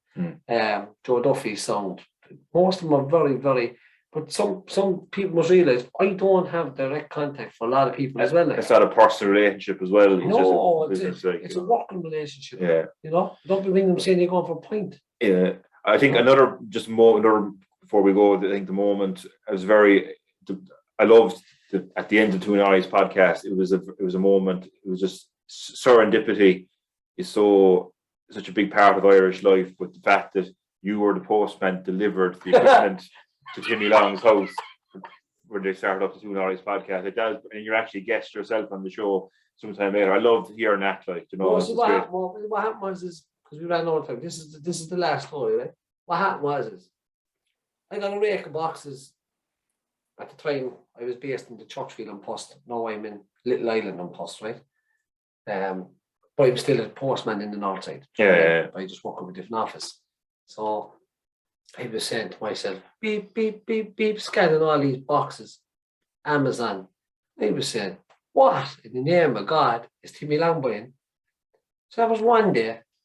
And then there was another day, then I had to call down to Nicole's dad, Dan Brown. I had to call down to him then because Timmy wasn't there and I didn't want to be leaving him outside the door. Right? And so I met Nicole, and these weren't one big one, these was kind of smaller ones. So I suppose they were little speakers or whatever. And then the next day, another lash of stuff. Yeah. So when I got down outside wasn't Timmy outside the door. I said, Timmy, in the name of God, I said, what are you buying? He says, do you know what? No, Miles, he says, me and James are starting up a podcast, and that's all the equipment for it. And I said, where that? I said, sure, Timmy, that's brilliant. Best of luck, my boys, with it, like. And I said, you never know, Timmy. Someday you might give me a shout. And how ironic was it? I ended up on the show, and I was the fellow who delivered all their equipment. That's brilliant. That's brilliant. Like, plans? Any recent plans? Any announcements you want to make? I know you have a gig upcoming. I have a gig. It's been announced this week. I have a gig on St. Patrick's Night. It's 150 tickets in Cove Ramblers Club in Cove in County Cork. So that the link for the Eventbrite tickets is going on. We're under colours, but looks good. It's West Ham, and so that's where I am. I'm in Ballina Arts Theatre on April 15th, Good Friday. What else am I playing? I'm in Oh yeah, we're trying to get a headline gig Easter Sunday night in Cork. We have an option of a smaller venue, but with that venue, then I'll have to do Saturday and Sunday. Okay. Instead of having 1 300, I'll have to do 2 150s. And I'll do that if people are willing to come out and see me play and come and support me. Even if I have to play a 4, I do it, for the people. That's the way it is. So please God, we can get it all done in one night. And plans to play abroad again, maybe? Oh yeah, so this new album, we're planning a tour. Yeah. The album will be ready it'll be on sale by the end of March. It'll be followed by a massive single after that for probably one of the most famous Irish people ever in the greatest world. So that song will follow straight after the album, and then there's a tour planned. Limerick, Galway, Dublin, Derry, Belfast, Kerry, Clare, and all the Irish clubs across the UK. Brilliant. So what we agreed on is that we will go to England first, right, this year, and just put America completely in the back burner with COVID and all that. And once we get a good run of it, then next year we'll have a look at the States. Okay. I have a huge following in Boston, huge, like. So we'll have a hop off that way. Brilliant stuff. So nearly 2 hours has gone by in a flash. It's been a pleasure having your up early this morning as well with your job. It's appreciated you taking the time. I've been there again now in a minute. But no, it's been great having you on. It's been great having the chat with you. Some great songs, deep, meaningful songs as well. I hope you've enjoyed it. So thanks a million for coming on again, man. Great having you. Keep in touch. I hope to have you on again at some stage in the near future. On my personal channel, I've changed the name to Pitch Spotting with Padraig. I'm going to be doing 2 vlogs over in Scotland next week. Hibs and Hearts and Celtic and Rangers. So that'll be linked as well below if you could pop a sub. And I hope you'll enjoy the vlogs as well. So thanks once again for all of you for joining us this evening. As I said earlier, if you're watching YouTube, please like, subscribe, and click the notifications bell so all the updates will come through so you won't miss any videos. And if you're on Podbean and Spotify, please give a follow. It'll help build the channel. So thanks again for tuning in, everyone. Thanks again to Myles for coming on. I will see you next time on the Parlay with Padraig podcast. Good night. God bless.